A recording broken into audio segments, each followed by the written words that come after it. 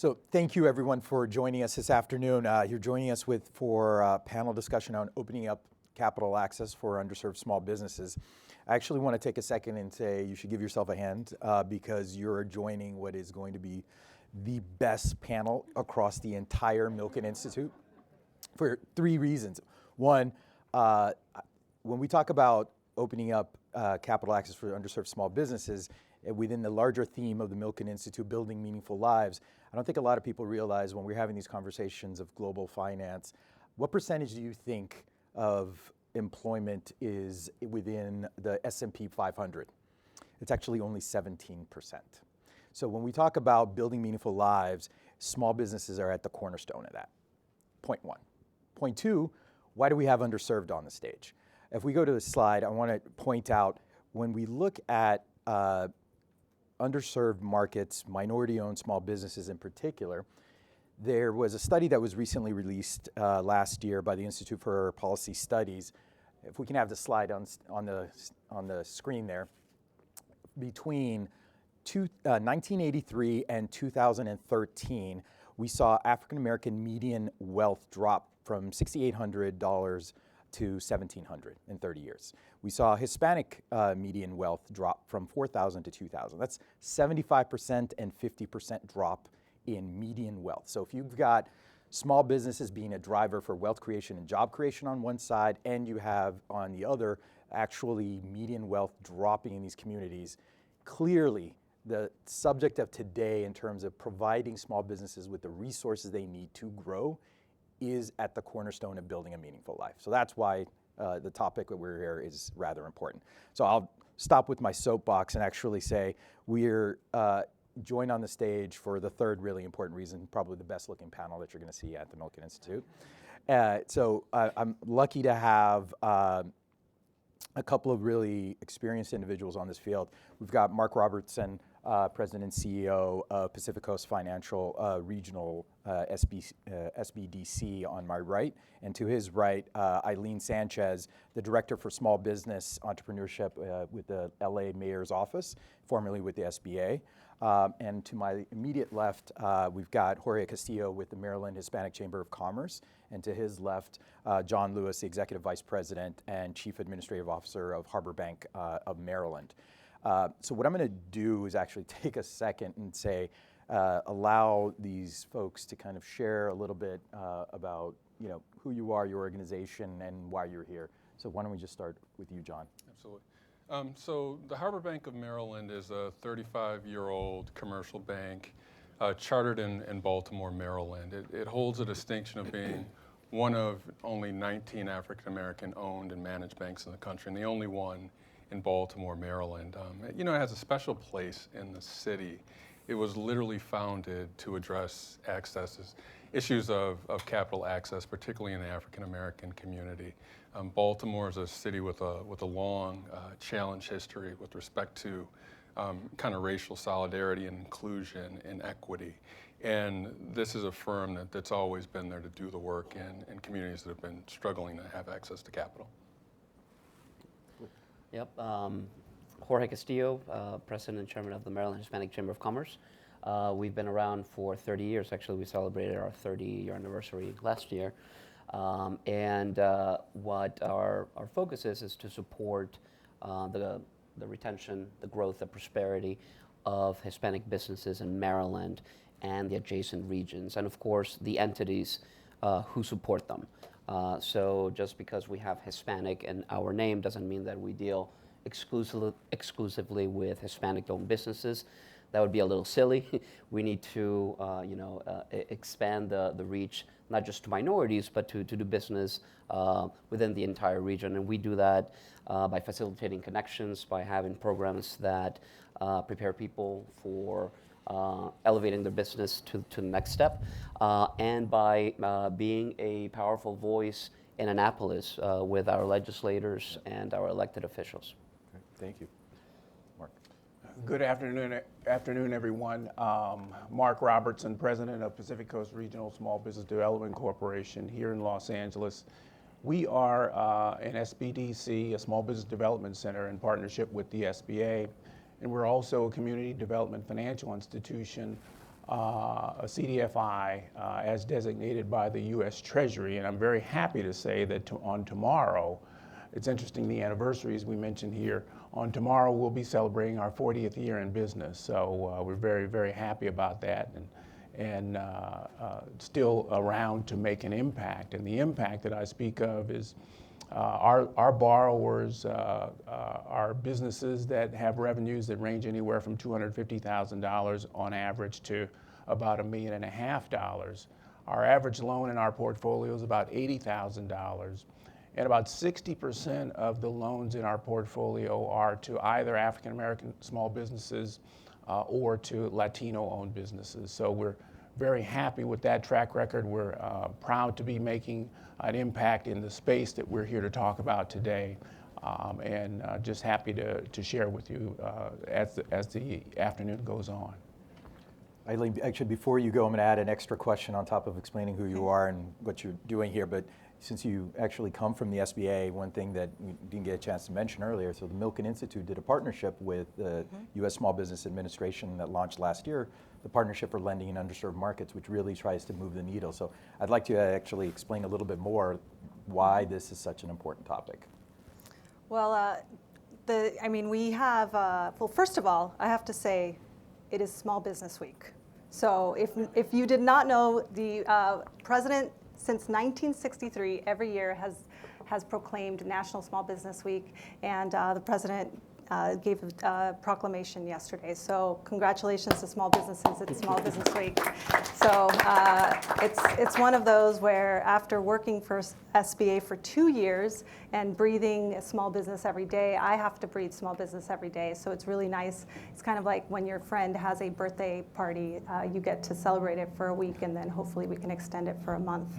But the aspect of reaching, there's 3 important aspects. It's not just access to capital. It's really access to information, as well as access to capital, and more importantly, access to new markets, and whether that's international or other markets that are within the United States. But if we just focus primarily in the underserved markets, and those are the markets that traditionally lack the access to that information, the access to the capital, and the access to the new markets.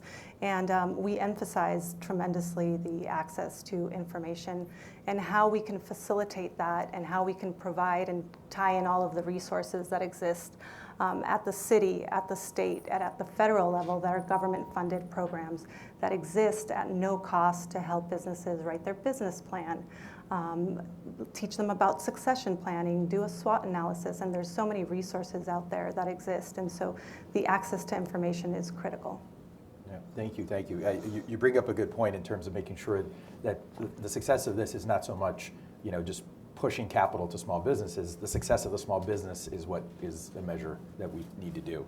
That being said, there are small business lenders that are out there. They're doing the good fight.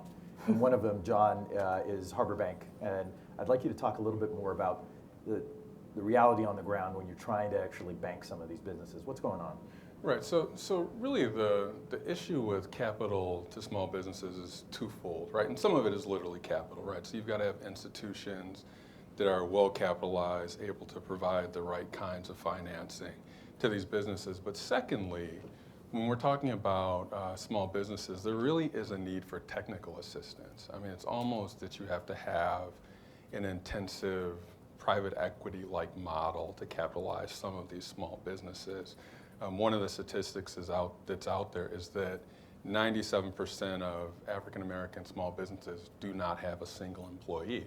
So if you think about what that means, one, for employment growth. Literally, if you're able to get them to have 2 or 3 employees, that changes neighborhoods, that changes communities. But secondly, if you think about the sole proprietor, they're doing everything. Not only are they doing whatever the core value proposition of the business is, but they're doing the legal aspects, they're doing all the aspects of business that you need, the marketing, all those other things that you need to provide your service and grow your business. So what we find is that not only are we providing capital to these businesses, but we're also bringing our social capital, we're also bringing our connections to these businesses to make that load a little bit lighter in the effort to grow those businesses. So, but talk a little bit more about this issue of there's a difference between doing traditional credit underwriting versus Right. in this particular sector. It might not be science all the time. Right. So we are probably one of 2 or 3 community banks left. As I mentioned before, we're at $300 million in assets, and everyone in the financial services industry knows that's a very difficult number to maintain profitability and do the servicing that you need to do in your communities. But we're a bank, right? We're regulated just like everyone else. You know, we've got to have certain underwriting standards. And if you go back to our founding, we were founded, as I mentioned before, to meet a need. And we found over time, because of increased regulations, we just couldn't meet the need in the same way. And we created some other subsidiaries to meet those needs. But you know, banks are banks, right? At the end of the day, you need cash flow, you need collateral, you have to have been in business 2 or 3 years. You've got to really have an accountant. You can't walk in with your shoebox and a good story. And that effectively keeps a lot of businesses that might be able to service a loan out of legitimately being in the banking system. Yeah, no, he brings up a very good point. So when you're looking at in a lot of these different segments where minority-owned small business is one of the major sources of collateral is your home, and if you were hit by the Great Recession where your collateral was wiped out in certain zip codes and nearly 50% of that value was taken and your credit score was wiped out, essentially banks that are out there that are trying to lend, they're going to have a problem. So we have to be a little bit innovative. That being said, you know, I'd like to hear a little bit from the voice of the small businesses in terms of the Chamber of Commerce. You know, you represent a number of these organizations in Baltimore, the greater Maryland area. How are they able to meet their need?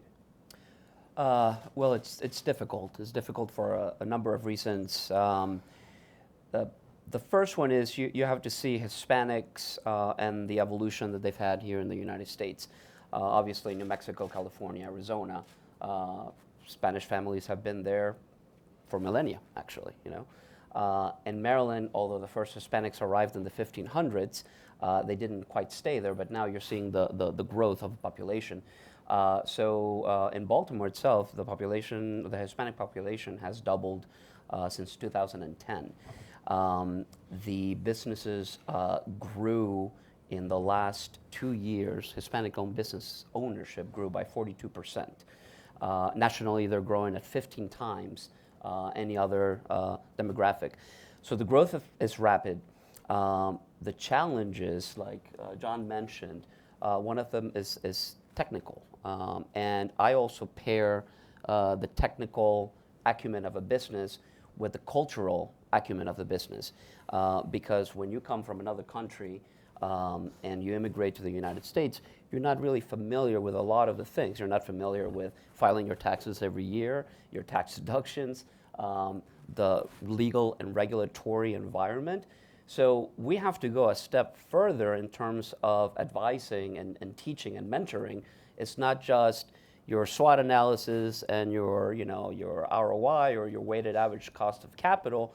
It's the fact that you have to speak English, you have to market to non-Spanish speakers, you have to design your marketing in a way that is appealing to the American crowd. All of those are barriers that keep weighing on Hispanic-owned businesses. Add to that discrimination, which exists. We know that, I'm not going to go into detail, but Google Baltimore lending discrimination, and you're going to find some research that suggests that it is quite alive and well, not only in Baltimore, but throughout the nation. Accessing capital, then the third challenge too is the fact that because of the cultural issues sometimes, you don't build your your American credit worthiness in the way that most Americans would, meaning that people from some Latin American nations see credit actually as a bad thing. If you own money to somebody, it's a problem. You know, you buy things. My parents bought our house in Peru with cash. They saved forever. You know, similar to what they do in Japan. You save for a lifetime and then you buy your house towards the latter part of your life. But credit, understanding credit, familiarizing yourself with credit, and being comfortable with leverage is another challenge. So all of those things weigh into that. So it's not just about the lending. Clearly, we need to be thinking about the technical assistance that goes along with it. But within this challenge, obviously, this is a costly effort. But I just want to contextualize this a little bit. That the slide that we showed in terms of that median wealth gap, one of the big takeaways from that was in this study was if we don't correct this, we have roughly 200 years for African American households to be able to catch up to non-minority. We need another 80 years for Hispanic American households to catch up to non-minority. So clearly, reversing this trend is a very important thing. That being said, I'd love to hear a little bit about the LA context. We've been hearing from Baltimore. We're in Los Angeles. We're technically, I think this is Beverly Hills, but we're in LA. It's LA County. LA County. Right. The challenges, I think, are a bit different from Baltimore and Maryland in general. I think they primarily have to do with, first of all, geography. Los Angeles County is 4,000 square miles. If it were a state, it would be the 8th largest state in the nation. And the challenge there is finding these targeted populations to do business with, particularly African American businesses. We make up 9% of the population here, only 7% of the businesses that are owned. And the fix for that is what we've discovered at PCR is that we have to go where the businesses are. Where are the concentrations? And most recently, we've discovered 34% of the businesses owned in the city of Compton are owned by African Americans. 54% of those businesses are owned by Hispanic Americans. And the same with the city of Inglewood, very similar numbers, 46% and 40% respectively. So we aim to meet that challenge by going to where the businesses are. Secondly, and Jorge alluded to it as well, I was in a philanthropy session this morning, and one of the gentlemen on the panel mentioned that he who controls the pesos controls the say-sos. And that is true in lending as well. In this context, in my years of experience, I've noticed that the loan portfolios of banks will mirror those that are in control. And the challenge there is that there is not one African American bank in Los Angeles that does business loans. There is only one Hispanic bank that does business loans. So that is something that really needs to be focused on and changed around. And to the extent that that can't be done, and it can't be done in the short run, then we need to focus on the alternative lenders that are working in this space. PCR happens to be one of them, but I can think of 3 CDFIs that pre-recession were up and running and vibrant that are no longer CDFIs or no longer exist. So the natural willingness, the natural infrastructure, if you will, of organizations that are willing to do this work has contracted, and that is something that we work towards solving every day. So you brought up this point around the recession and I think it's probably worthwhile to contextualize the massive amount of consolidations and mergers that happened in the past 10 years for the banking sector. And as a result of that, we had an exodus of different potential lenders that are out there. And let me agitate the question. There's a whole bunch of online lenders that are out there. Why aren't we using that? What's the opportunity there? Well, I'll be honest with you. Part of what has happened when you're not that business savvy is you open the doors to predatory lenders, and so a lot of that, and it's not just non-Hispanics doing it to Hispanics; it's Hispanics doing it to Hispanics. They're taking advantage of that lack of knowledge. So that's one of the things that has happened with online lending. On the other hand, I think we have to see it as an opportunity. Fintech is the buzzword nowadays. Getting money online should be an easier process. How we get there is I think the challenging part, and something that's not going to happen overnight. But to answer your question directly, predatory lending is one of the things that have affected our businesses the most. And people have lost houses, they have lost their cars, all their possessions because of those practices as well. Yeah. I would agree with Jorge. We probably get 3 calls a week now from borrowers who will come to us after having gone to an online lender or a fintech lender and say, can you help me? Can you rescue me from this loan where my payment doesn't even cover the interest, where the interest, if you look at it, can range anywhere from 20 to 80% per annum. That is what we're seeing from that particular sector, number one. And number two is, I will admit that I envy fintech in its ability to market and to create a backlog of transactions to work on.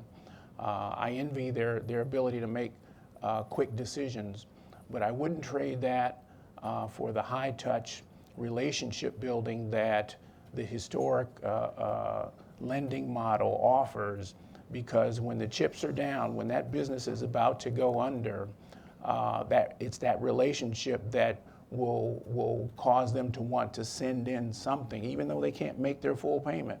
It might be $50 a month, it might be $30 a month, but it's something that keeps the doors open between them and you. We've even had borrowers who wanted to eliminate our loan from a pending bankruptcy. They can't do that legally, but they've presented that to us simply by virtue of the relationship that we've built with them over the years. So fintech all fintech is not bad, but all of it is not good as well. I mean, this is an interesting line of discussion, because I think there's 2 potential ways to get more capital flowing. One is to bring a whole new group of actors to start lending in this space. The other is to look at existing lenders in the space and add capacity to them. As lenders that are out on the ground, I'd like to hear your perspective. I mean, clearly we all recognize we need more shots on goal. What's actually needed? Yeah, so I would say, I'm always expressing, and part of it is self-interest, that there's a value to having bankers, right? So when you look at these small businesses, you would think they would be less complex than some of the larger businesses, and lending to them would be less complex. But it actually can be more complex with respect to understanding them and coming up with the right structures, right? So a lot of times when we see online lenders or other different types of lenders that are non-bank lenders, what they're coming into the market with are standard term sheets with standard terms, right? You'll see things that look like 5-year loans with straight 5-year amortizations on them. And then if you match that to the business, and you match it to the business's prospects and its cash flow, it's absolutely not the right kind of financing for these businesses. So really, these businesses need to be understood, they need to be underwritten in a traditional way, and then they need to have a facility that's properly structured to support them growing. One of the other things that we often look at, especially when you're talking about startups or early businesses, early small businesses, is that loans aren't always the right forms of capital. Now, it's not that there is an abundance of junior and gap kinds of capital in the small business market, but those are the kinds of capital that are often needed by these businesses, especially when we look at things like the $1,500 or $1,700 net worth of entrepreneurs in these communities. There really is a need to give them some kinds of patient money that allows them to have a chance at being successful and growing. Fair. I think, Aron, to answer your question, what is needed, throughout the day in the various sessions I've been to, the word scale has come up in every one of them many times. And so for those of us who are out there in the streets where the rubber meets the road and doing this work that others, for whatever reason, either don't want to do or can't figure out a way to do, then I think it's important for those who have the wherewithal to invest in CDFIs to help them scale. The typical, and there are about 900 to 1,000 CDFIs nationally.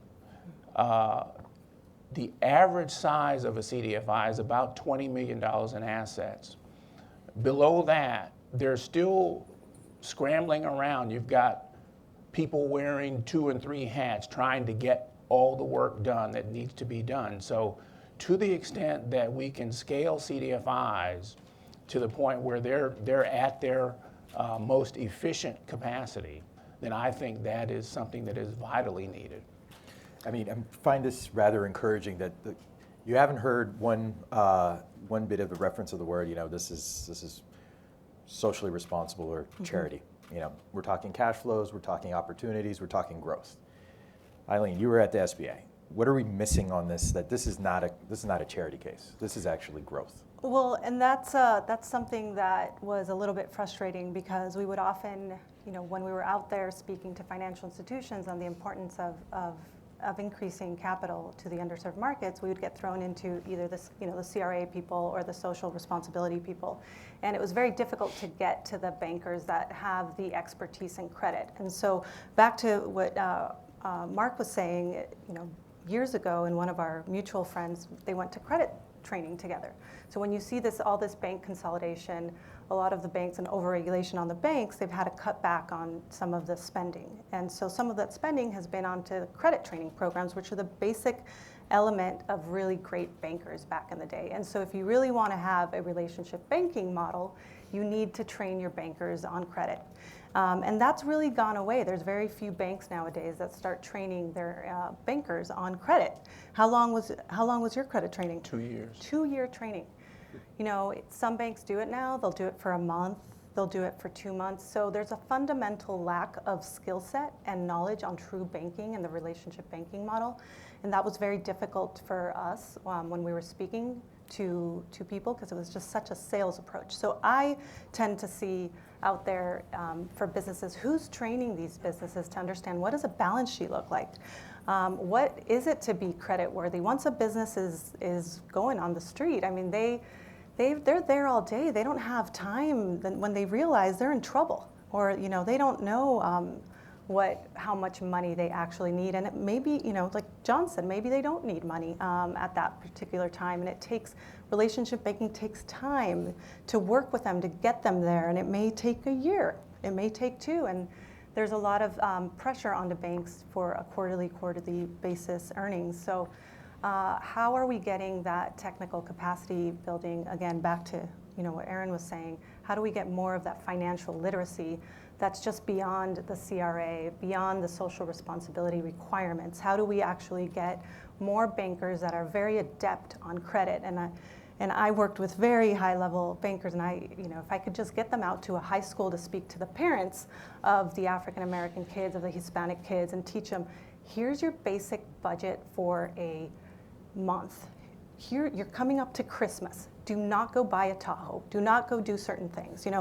These are the basics of Finance 101. This is what a credit score looks like. So it's really a grassroots approach, especially for us in LA with the different pockets that we have, and reaching into those pockets and knowing where we disseminate the right information and how we get that in. And I think there's just much more, if we want to use the responsibility, there's much more responsibility that bankers need to take to get that information out. Not just responsibility, but this is actually where the future unicorns are going to come Absolutely. from. At the end of the day, if you're looking at majority of job growth coming from that sector and where the baselines are, if you're looking at where are the opportunities, you have to look at this segment, and we're missing the boat. Traditional bankers are missing that boat. So here is, if you're talking about not just building meaningful lives at the individual level, but at local economies in the cities that we all are into, it matters. And that being said, I do want to shift a little bit and talk, the flavor of the month with the new administration is definitely this issue of regulation. Do we have the right regulation that enables a number of the things that we're talking about? I'll throw it out to the panelists. We spotlighted in our exercises a number of things from CRA, reporting requirements, looking at other things, including the support that the Small Business Administration actually gets to mobilize capital. I was happy to see the new CL that was signed on Sunday actually increased funding to some of the things like the CDFI fund and other things. But in the absence of that, there was a statistic that was actually shared during that White House convening that we had last summer, that at that time in June, there were something like 65 months of consecutive job growth, so an up market. But the SBA shared that due to certain issues, we had a 91% drop in SBA lending to the African American community. So it was a drop not in a down market, it was a drop in an up market, which says a lot.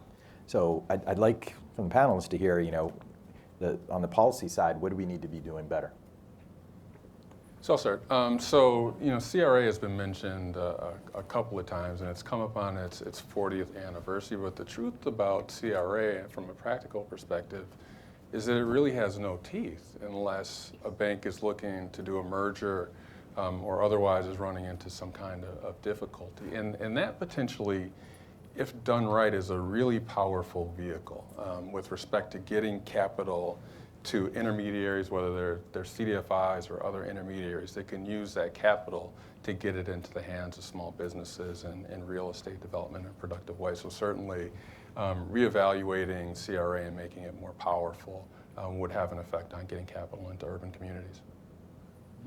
I would agree. I think strengthening certain regulations, particularly CRA, would be a benefit. I was at a similar meeting at the Federal Reserve last week, and and I had to compliment the Fed because it's that regulation that had the room full of bankers.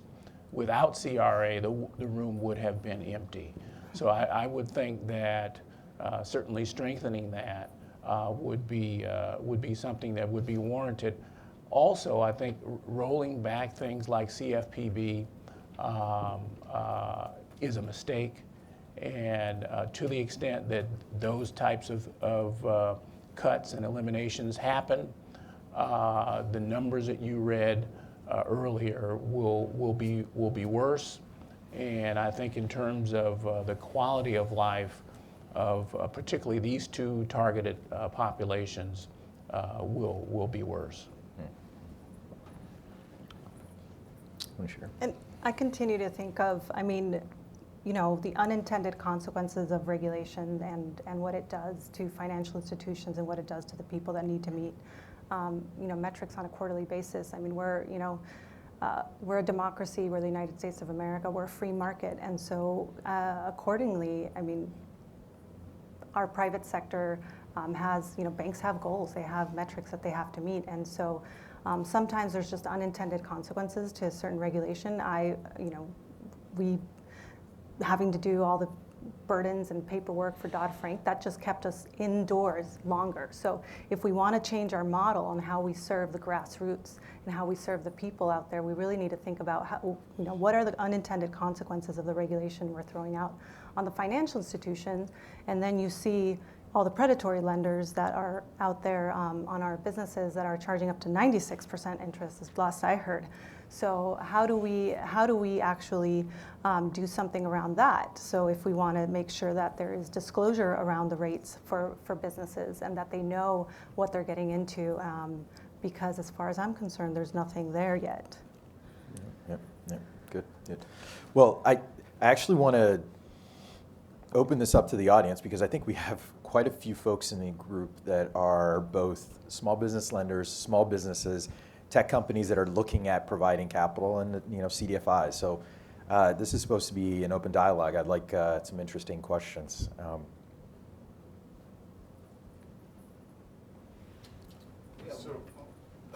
we get a microphone? And please say your name and your organization.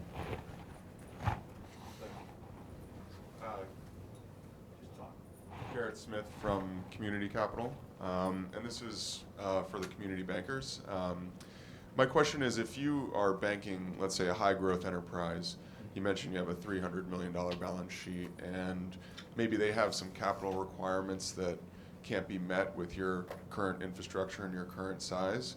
What sort of mechanisms do you have in order to meet those capital requirements from the companies, and is this something that you face frequently? Yeah, when you look at the structure of our business, and again, going back to the history of the organization, we really needed to be everything for our customers.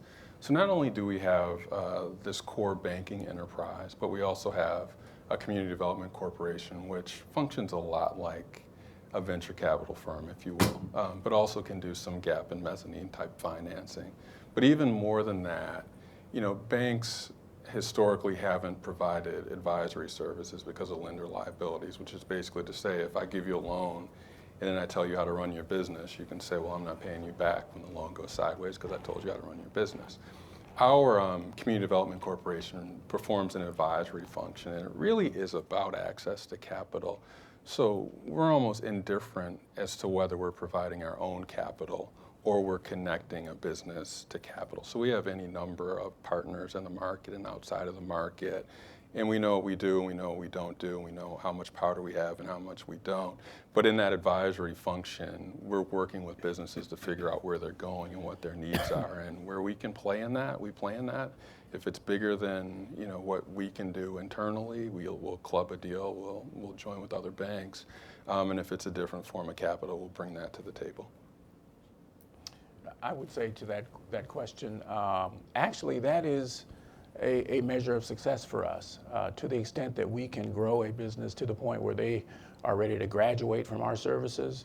We've got any number of banks, at least 40, that we can call on that are much larger than we are, that can meet those capital needs. So besides getting them the initial financing, job creation, and seeing them through to their growth stages, graduation is another measure of success for us. Great. Question right in front.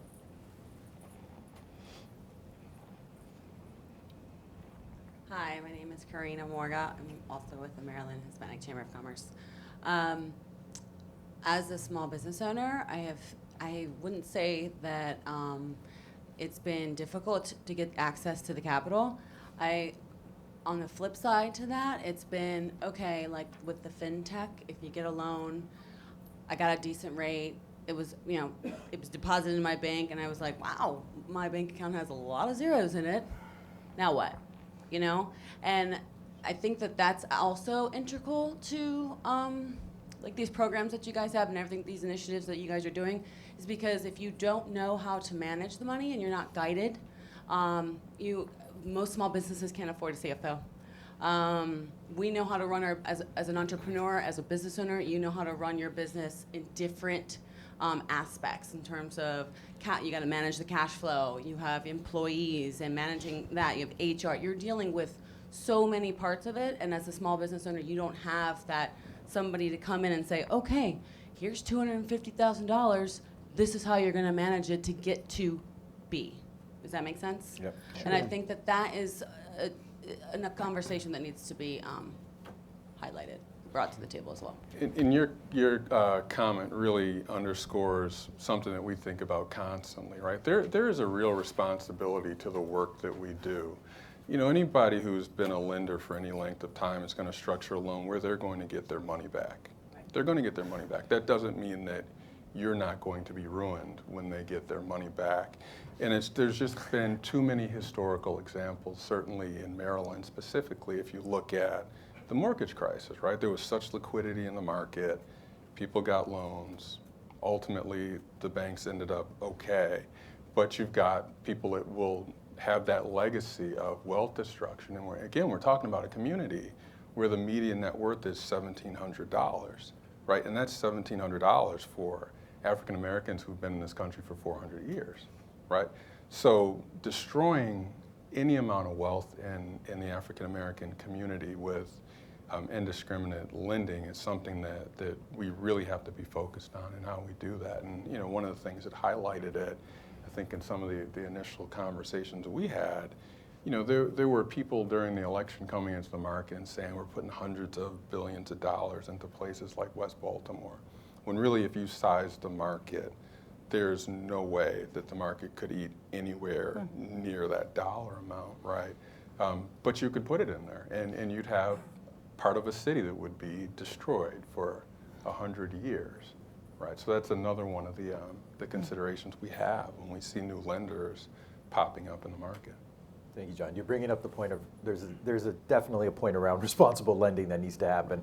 Last thing that we want to do is overlend and overcapitalize to the point where there is failure and an even further reduction in the remains of whatever net worth there was. We have another question in the front. Thanks. Frank Altman with Community Reinvestment Fund. We are a CDFI. We support other CDFIs in lending throughout the country. It seems to me that the biggest problem that we face in this effort is not debt capital, it's equity. And I'd like the panel to talk a little bit about ways in which we might think about helping businesses crowdsource equity. The problem with small business generally is the business is funded by the founder, by home equity loans, if you will, friends, family, and fools. And how do we get the fools? I mean this in a good way, but people who want to see communities thrive, how do we get vehicles that will allow them to actually provide the equity that's necessary for businesses to be able to grow? Because a lot of them are just, they're stuck. Any thoughts on any panelists there? I'll start with this one. I have an idea based on some experience when I was the entrepreneur in residence at the Emerging Technology Centers, which is an incubator. Baltimore City provides most of the funding, but then we figure other ways to get the money in.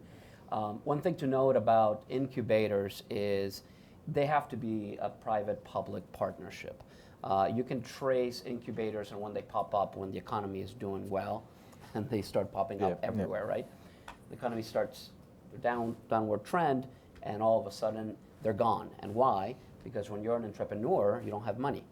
And sometimes you can't even pay the rent. Sometimes you can't pay your electricity, even in an incubator. And that's where science and art come in. We have to understand that if you're a small business, there's going to be some times when we're going to have to give you some slack because we actually believe in you. We believe, we don't believe in the horse, we believe in the jockey. Your business model may be great, but it's going to be the person riding the horse, the person riding the carriage, if you will, that are going to make that business go forward. If you start these kinds of incubators that address these problems, and you start focusing on the top 2 or 3 things that affect underserved communities, primarily African American and Latinos, there's also women and veterans and disabled veterans that would fit there. I think you could start coming with the solution to equity, which means that business will eventually grow. As John mentioned, I think you said 95% of African American business are sole proprietorships. It's almost the same in the Hispanic community. More than 50% of them in the Hispanic community have less than 5 employees. And what happens is when you're a sole proprietorship, you don't grow and your equity doesn't grow. If you have a bodega, your 5-year plan should be to have a bigger space first and maybe to open an adjacent restaurant and maybe to move to another county and to grow, right? And incubators that focus on that would be one way that I would address the equity issue. I'm just going to touch on this because since it is a global conference, part of it is also cultural. There are countries around the world where equity is not even allowed or seen, like Italy doesn't allow it. There's a stigma in the Hispanic population. You don't want an owner unless you know who it is. But more than anything, there's just a lack of global connectedness at the startup and small business level. So we need, it's amazing. We're like a global economy here in LA, for example, but it doesn't mean that the startups and the small businesses are globally connected to international investors. There's other cities around the world that have figured out how to do it a little bit better, and we need to start internationalizing our startups and small businesses so that they think beyond just the local, selling to the local economy, which touches on my third point of getting our businesses into new markets and how do we get investors from foreign countries coming in from, from other areas, and not having our startups just think local, think global. And I think that's really important as we see that expansion and try to break out of those stigmas and get it in a long-term plan to spread out a bit. I think certainly we are not in a position to provide equity. I think a lot of that is determined by the type of capital that we can attract, which itself normally is debt. But what we have figured out is a way to structure debt to almost look like equity, to provide a little bit more patient capital to the transaction that might get the borrower 80, 85, 90, in some cases even 100% of what they need, and structure it with interest only for a year or longer if need be. But we've looked at that. It certainly is a space that we would want to play in, but to the extent that we've got capital that is itself debt, we've got to work within the parameters that we have. But I wanted to get back to the point about technical assistance. Basically, you've got all these zeros in your account. Now what? I mentioned that we are a small business development center in partnership with the SBA. That means that basically we are the technical assistance arm of the SBA, and there are centers like ours nationwide, and we provide both classroom training and one-on-one counseling. And that one-on-one counseling is where you find out what to do with all the zeros and how to manage all the zeros in your account, where you find out about how to do a marketing plan, how to understand all the legal aspects of running the business, how to even read your financial statements, what not to do on your tax returns. So, and that one-on-one counseling, by the way, is free. So to the extent that borrowers want to take advantage of that, all they need to do is go to their local SBA office and they'll find the nearest SBDC. And in the city of LA, it's very unique because we have what's called LA Business Source Centers, if you've heard of them. And it's the same model, but their requirement is to help the underserved market and help impoverished areas of Los Angeles. So that's really their niche, and that's what they do. And it's free one-on-one counseling, capacity training, and if they find that you are ready for capital, they'll help you package your loan, all for free, and it's part of just the service that the city provides. If I could just comment. So there's parts of crowdfunding that scare me. The unaccredited scare me, right?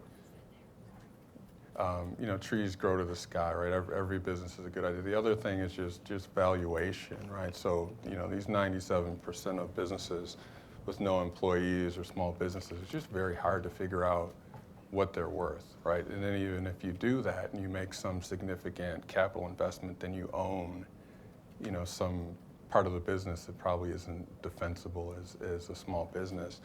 So what we've found is we've had to do everything from royalty agreements to preferreds and other things, that aren't pure equity, but are patient enough and provide that slug of capital. But again, for me, just such a value to having an intermediary in there, one for the technical assistance aspect, right, but also so the capital is right. I mean, if you look at these businesses from an operating and risk standpoint, they have the most operating risk. So it's important that you're not layering on a bunch of financial risk with these businesses as well. And often we don't do that often. We just give them, some kind of loan capital that doesn't pair well with where the business is. You bring up a good point. Essentially, clearly, whether you're looking at debt or equity within a business plan of success, you have to manage against the obligations there. And in a lot of these small businesses, sure, it's a mom and pop. You're not going to find a venture capital firm that's going to look at helping a neighborhood grocery store. But there's actually a big reason why patient capital for that type of business actually is helpful. So one of the things that we're trying to do with the Partnership for Lending in Underserved Markets is actually carve out a stream of work that's all about investor capacity, both from the debt side as well as the equity side. And we're looking at innovative structures where we're dispersing risk from different partners to move potential capital out the door. So that is one of the things we're going to be working on as part of this 2-year collaborative effort. Question in the back. Thank you. I'm Eric Mundugu. I'm from Rwanda. I work for the regulator of the securities market, and I'm one of the IFC and Milken Institute fellow. I like the point that you touched about the incubation and the technical assistance that is provided to these small businesses. And my question is, since the panel is kind of made of players that are in the ecosystem that allows these small business to raise capital, what is your role in terms of making these small business upgrade in terms of, because they reach at a point whereby they have grown, they need now more capital and long-term capital, and sometimes it requires them to migrate to the public placement, like the public market, raise maybe debt at the first point and later on equity. So I would like to hear from your point of view, what's your role in bridging the gap between this private placement where you are helping them, but at some point they need more and long-term capital that is provided by the public market. And SBA also, I think it plays a critical role, and I know one or two panelists worked with SBA. So how do you see SBA role in that perspective? I mean, thank you for making that point. Just as a statistic, I think it's 87% of job growth comes from the SME sector globally. So this topic is definitely we're looking at the cities of Baltimore and Los Angeles, but this is a global topic to your point. But I'll let others answer the key question. Well, I have yet to have somebody graduate to the public market, so I really don't know how to answer your question. I think it gets back to the issue of us supporting a client until they're ready to move on from us, graduate, if you will. And at that point, we introduce them to the traditional financing market, which usually involves a bank. Beyond that, we're pretty much out of it at that point. I think you said something that was really important. You used the word ecosystem, and there's every market has a different. The idea of entrepreneurship is something that everybody knows about, but the idea that the recipe is much more important than the entrepreneurship concept is fairly new, and that's something that our friends at Kauffman Foundation have been speaking on for a while. And it's the idea of knowing in which local market, who are the ecosystem players, and how do we talk to each other at different levels of where a business is. And so once you start to build your ecosystem, which can include institutions, the academic institutions, in their case, they're not an SBDC that's at an academic institution, so it allows them a little bit of wiggle room. But in other cases, the SBDC isn't an academic institution. And then there's economic development centers, and then there's the public sector players, and then the bankers. And so how do we all talk in individual local ecosystems? And in the case of LA, sometimes it's even tinier ecosystems within Los Angeles because of the pockets.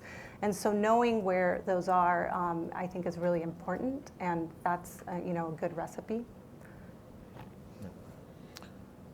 We have a question over there. Jen Price, Calvert Foundation. It's a little bit building off the last two questions, but curious how you work along the continuum with each other. So for an entrepreneur, I've witnessed it's very difficult to know where to go for what type of capital, and it's like Swiss cheese, they fall through often. And so do you feel responsibility at times to look outside of your own business and think about how do we create an ecosystem that is easier to navigate? Maybe it's bringing in technology to front-face entrepreneurs to help sort them into different products that are appropriate for their business model. But how are you thinking of that to really create more efficiency in the marketplace? I mean, I'll continue to take that. I think that that's the really important piece of building the right ecosystem and the strength within the ecosystem. The mayor just hosted yesterday every single small business development center in the entire LA region, outside of the city of LA. So hosting all of them in one place, all these SCORE chapters, all of the LA Business Source Centers, bringing in our incubators, and all the heads in one room just to teach each other what is it that we're doing. So keeping a consistent internal, we call it, training the trainer, and training the trainer and keeping that consistent and following what we call a no wrong gate approach. And it really is a consistent process that's required, again, as training gets cut in different areas. How do the players in the ecosystem talk to each other, and how do we build that? So it's a never-ending pursuit. I think for us, if I'm understanding your question properly, you're getting at collaboration. And for us, we always look for opportunities to work with either the mayor's office or other CDFIs. A perfect example of a recent collaboration will allow us to open a satellite office in the city of Compton because a CDFI is developing what's called a Center for Sustainable Communities. So we will be taking space in that center. We'll be the only small business development organization in the entire city. And that particular CDFI is involved in low-income housing, but they're bringing us in as a small business entity. They're having another nonprofit that will provide youth services. They'll have another nonprofit that will provide a clinic on site. So we look for opportunities like that to collaborate and work across different sectors. Yep, thank you. So right before we cut off this panel, I will say, I will ask the final question. So the theme, again, for the Milken Institute Global Conference is building meaningful lives. I want to say clearly at the heart of it, having a productive life will lead to so many things that would be important, not for the individual, but for the community and the country and the world at large. And jobs are at the heart of what is the key benefit of a small business, and in the minority community, key. Today, we had, or it was yesterday morning, we had one session that was called the Capital Markets Roundtable. In that one room, there were $13 trillion worth of assets. So with that being said, the amount of resources that are here, and we're talking about mobilizing resources, what's your ask to the $13 trillion worth of resources that are out there? What do we need to do to make sure that we have what we need to grow these small businesses? Well, I would go back to the issue of scale for those of us who are in the marketplace doing the work, whether it's a community bank, whether it's a CDFI, to the extent that investments can be made, and not just loan capital. In fact, our organization has more loan capital now than it has ever had in its 40-year history, but capital to scale up, to bring on bodies, to properly deploy the capital that we have.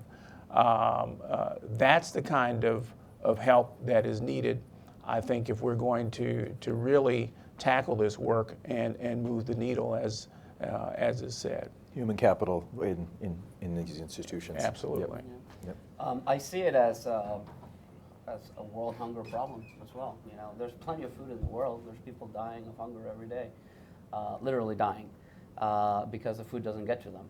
And I would see, especially within the Hispanic community, growing at the rate that it's growing. By the way, the Hispanic growth accounted for 54% of United States population growth from 2000 until 2010, which I believe was the last census done. When you have that much growth, investors have to really think about the word investing. And it's not just investing in a business, it's investing in the community. Because if you don't, they're not gonna make it.